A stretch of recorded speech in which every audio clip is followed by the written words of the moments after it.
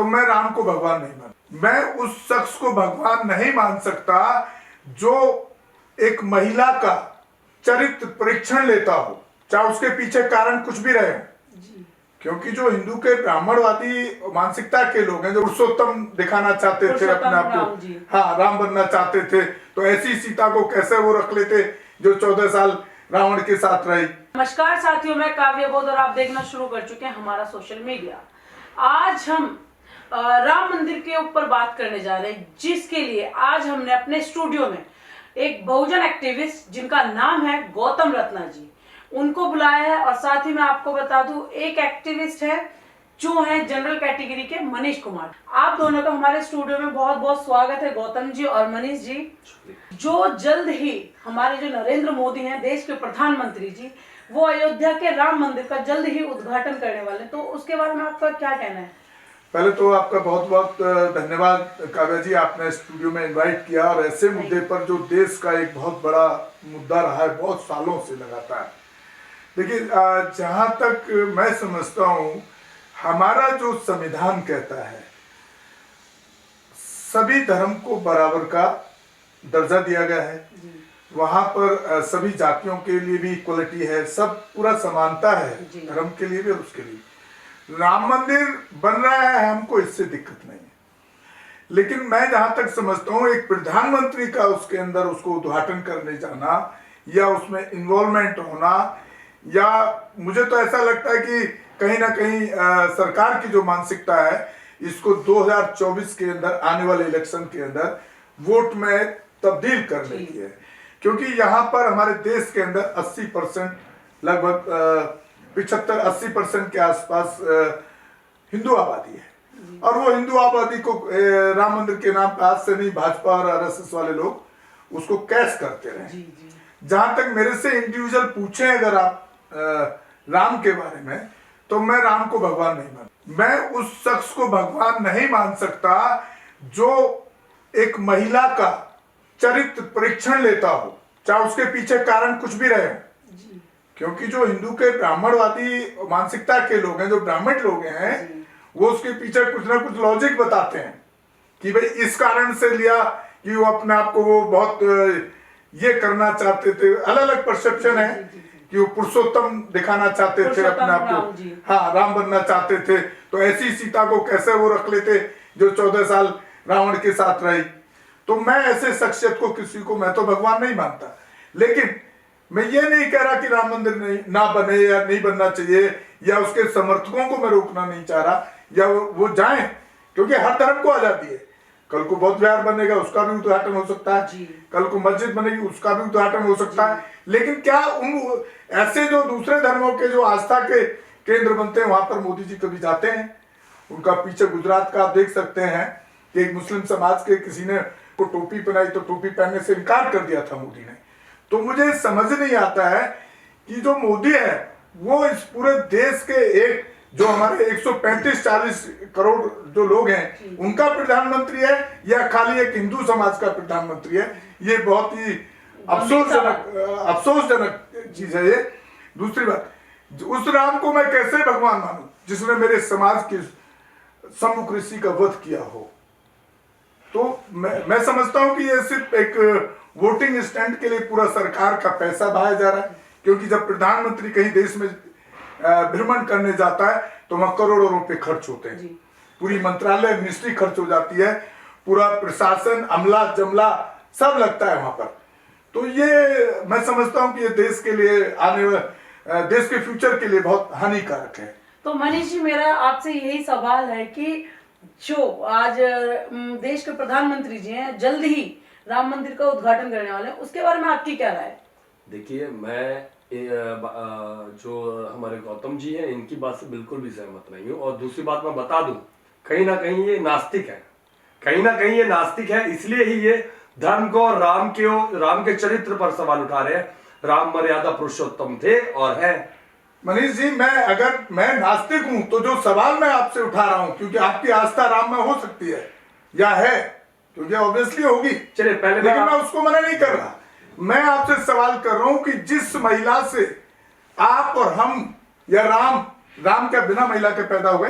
नहीं। उस महिला का चरित्र हनन कैसे कर, ये इसको मैं और उनके जो महिलाएं के अधिकार है, किसी का करेक्टर परीक्षण लेना, फिजिकल करेक्टर परीक्षण लेना, ये महिलाओं के अधिकार के खिलाफ है। देखिए मैं एक चीज मानता हूँ, उसका आप जवाब दीजिए। मैं जवाब दे रहा हूँ। देखिए मर्यादा पुरुषोत्तम का मतलब क्या है? अरे मर्यादा पुरुषोत्तम का मतलब ये हुआ कि आप किसी महिला का आप चरित्र हनन करेंगे। चरित्र हरण तो उसमें सवाल रावण ने उठाया किया, गया। चरित्र हरण तो रावण ने किया, रावण उठा के ले गया सीता जी को, नहीं तो 14 साल रही।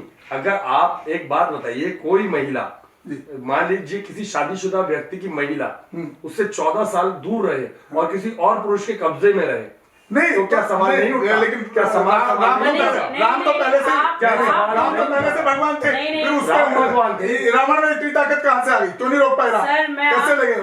आपकी बात से सहमत हूँ और आपकी बात से भी सहमत हूँ, लेकिन चरित्र की बात करें तो पुरुषोत्तम जो राम जी थे, पुरुषोत्तम राम जी, उनका भी तो चरित्र साफ नहीं था, क्योंकि उन्होंने अपनी बीवी को, जो गर्भवती महिला थी, उसको छोड़ दिया था।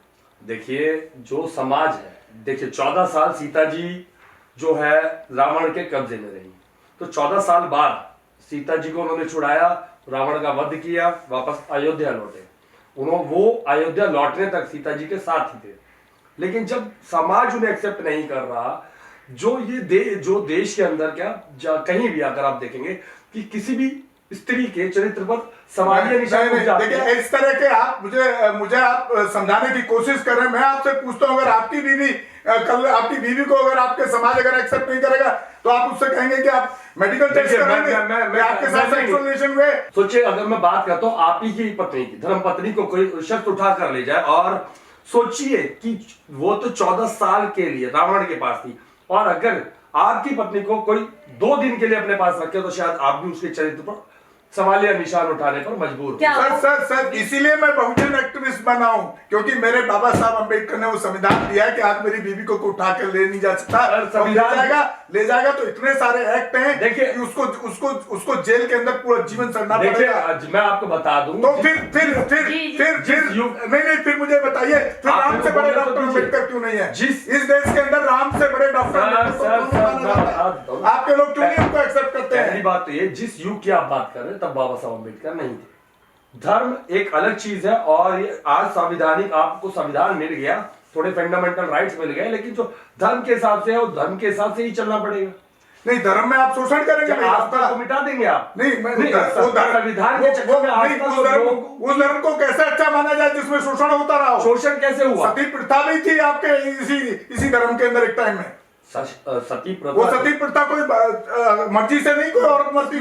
मनीष जी जब पति नहीं रहा, जो औरतों को मारा जाता था वो अपनी मर्जी से नहीं मरती थी, उनको मजबूर किया जाता था, टॉर्चर किया जाता था, जिसकी वजह से वो उसके साथ उसको चिता पे लिटा दिया जाता था। एक सेकंड मनीष जी, मेरा आपसे एक सवाल है। अभी फिलहाल ही में द्रौपदी मुर्मू एक मंदिर में जाती हैं, उन्हें मंदिर के बाहर पूजा करने के लिए बोल दिया जाता है, और उसके बाद मंदिर को पानी से धोया जाता है, यानी जो आपके यहाँ गंगा जी कहा जाता है उस पानी से धोया जाता है। एक सेकंड, तो क्या राम मंदिर का उद्घाटन करेंगे प्रधानमंत्री जी, वो भी ओबीसी समाज से आते हैं, तो क्या उसके बाद भी मंदिर को धोया जाएगा? देखिए कुछ लोग ऐसे ओबीसी समाज से नहीं आते हैं मैडम, वो ओबीसी समाज के नाम पर धब्बा है वो आदमी। उन्होंने सिर्फ वोट लेने के लिए देश का प्रधानमंत्री बनने के लिए, प्रधानमंत्री के लिए आप शब्द इस्तेमाल कर रहे हैं। प्रधानमंत्री बनने के लिए ओबीसी कास्ट का सेक्टर अपने स्टेट के अंदर अपनी जाति को ओबीसी में लेके आए, वो जनरल कास्ट से है। तो आप प्रूफ कीजिए ना, अगर आप कहते हैं जनरल कास्ट प्रूफ है सर, प्रूफ है। कहाँ है प्रूफ? जब वो स्टेट के सीएम थे गुजरात के, तो उन्होंने अपनी जाति को पिछड़े वर्ग में शामिल किया, उससे पहले वो जाति जनरल कास्ट में आती थी। यानी कि कहें कि वोट बैंक लेने के लिए? जी हाँ, बिल्कुल, ये वोट बैंक के लिए, और जो मैं समझता हूँ बहुत देश के लिए बहुत खतरनाक है। देखिए ये जितने भी विपक्षी दल है हिंदुत्व पर और बीजेपी पर सर सवाल उठाते रहे हैं, और ये इल्जाम लगाते हैं। सर आप इल्जाम की बात नहीं है, मैंने आपसे एक सवाल किया, सवाल मेरा वहीं खड़ा है, आप सवाल को घुमा रहे हैं कि क्या ओबीसी समाज से जो प्रधानमंत्री जी आते हैं, ओबीसी समाज में अपने आप को लाकर ओबीसी में शामिल कि वो उन्होंने ओबीसी में अपने आप को शामिल किया है, और उसके बाद वो जाकर उद्घाटन करेंगे, तो क्या उसके बाद गंगा जी से पवित्र किया जाएगा वो मंदिर? आपको मैं एक बात बता देता हूँ, जो वर्ड आप अखिलेश का उदाहरण ले लीजिए। जब अखिलेश हार गए तो उसी सीएम हाउस को योगी तब वहां पर रहने गया जब उसको गंगा जल से, गाय मूत्र से शुद्धिकरण किया गया। गाय मूत्र से कौन सा शुद्धिकरण होता है? ये आपका धर्म है। जिस तरह से मैडम काव्या जी ने अभी आपको एग्जाम्पल दिया राष्ट्रपति मुर्मू का, क्योंकि वो आदिवासी आती हैं, आदिवासी समाज से, एसटी समाज से आती हैं, उनको मंदिर में नहीं जाने दिया गया, और जिसमें चली भी गई तो उसको जी कोविंद जी भी गए थे, कोविंद जी के साथ भी यही हुआ। आपकी क्या राय है इस वीडियो के बारे में, क्योंकि यहाँ पर तो बहस चलती रहेगी और बहुत सारे मुद्दे हैं, लेकिन इस बात को आज हम यही खत्म करते हैं और राम मंदिर का जल्द ही उद्घाटन होने वाला। और आपकी क्या राय है इस वीडियो के बारे में हमें कमेंट बॉक्स में जरूर बताएं। अगर हमारे चैनल पर नए हैं तो चैनल को सब्सक्राइब और शेयर जरूर करें। धन्यवाद, बहुत बहुत धन्यवाद काव्या जी। धन्यवाद सर, धन्यवाद। हमारे चैनल बहुजन दस्तक को लाइक, शेयर, सब्सक्राइब देखना मत भूलिएगा। जय भीम, जय भारत, जय संविधान, नमो बुद्धाय। धन्यवाद। चैनल आर्थिक समस्या से गुजर रहा है। अगर आप बहुजन समाज में बाबा साहेब अम्बेडकर और तथागत बुद्ध की विचारधारा को अधिक से अधिक लोगों तक पहुंचाना चाहते हैं तो हमें आर्थिक सहयोग प्रदान करें, ताकि हम अपने चैनल के माध्यम से देश विदेश में समता, बंधुता, एकता और संवैधानिक अधिकारों को ज्यादा से ज्यादा लोगों तक पहुंचा सकें। आप अपनी सहायता राशि नीचे लिखे खाते में जमा करा सकते हैं। खाता धारक गौतम रत्ना, खाता संख्या 316957686551, IFSC कोड SBIN 0060336, बैंक भारतीय स्टेट बैंक। आप हमारे बैंक खाते का विवरण स्क्रीन पर भी देख सकते हैं। जय भीम, जय भीम। मैं गौतम रत्ना आपका बहुजन फिल्म प्रोडक्शन में स्वागत करता हूं, और आप हमारे प्रोडक्शन हाउस के अंदर अपना कैरियर बना सकते हैं as a film director, as a producer and actor and actress and editor and cinematographer also. अगर आपको फिल्म से रिलेटेड कुछ भी प्रोजेक्ट आपको बनवाना है तो हमारे पास में पूरा सेटअप है, जिसमें फिल्म कैमरा है, शूटिंग लाइट्स है और एडिटिंग है। सारा A to Z एक ही जगह पर आपको हमारे यहाँ पर मिल जाएगा। तो दोस्तों आप हमें कांटेक्ट कर सकते हैं हमारे नंबर्स पर 9810085714 और 8510005714। हमारे वेबसाइट पे विजिट कर सकते हैं www.filmserviceindia.com, और हमें मेल भी कर सकते हैं gautamfilmsproduction@gmail.com पर। धन्यवाद।